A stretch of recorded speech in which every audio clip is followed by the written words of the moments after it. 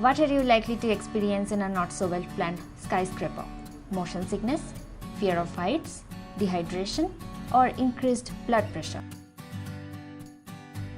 Before you guess the answer, here is a hint. The single biggest consideration when designing skyscrapers is the wind. Humans are extremely sensitive to motion. They are likely to experience motion sickness in a moving vehicle, a moving train, or on a flying carpet.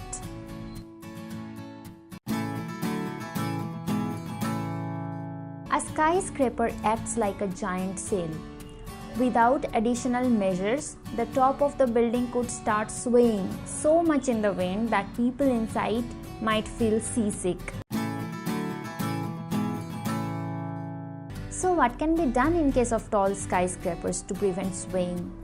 How does the tallest building in the world, the Burj Khalifa, stand tall in the city of Dubai, which is plagued by sandstorms that can last for days? Before we check the answer, let us see what exactly can make a tall building sway.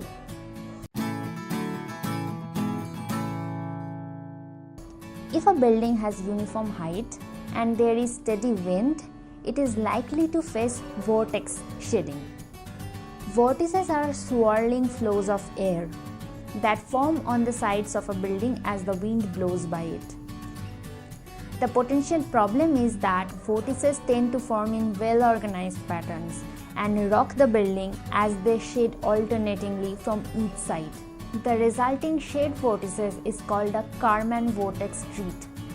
In the figure, we can see a vortex street forming for a building with cylindrical shape.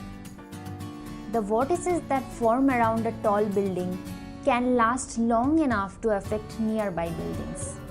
But for many city buildings, Kármán Street is not a significant worry. In the urban areas packed with buildings, either vortices do not get formed, or even if some vortices end up forming, they are rapidly broken up. But tall skyscrapers are able to shade a well-structured Kármán Street, which can make the building start to sway. Now let us see how the Burj Khalifa handles the wind pressure. William F. Baker, who engineered the Burj Khalifa, designed it in such a way that the structure effectively confuses the wind and vortices lose their coherence. Changes are introduced to the shape of the structure as the height varies, so that the flow pattern cannot organize itself. It is almost like having several buildings with different heights. Each one of them has different vortex shading at different wind speeds. Some other strategies used in other buildings are softening sharp corners or creating openings in the building for the wind to bleed through, etc.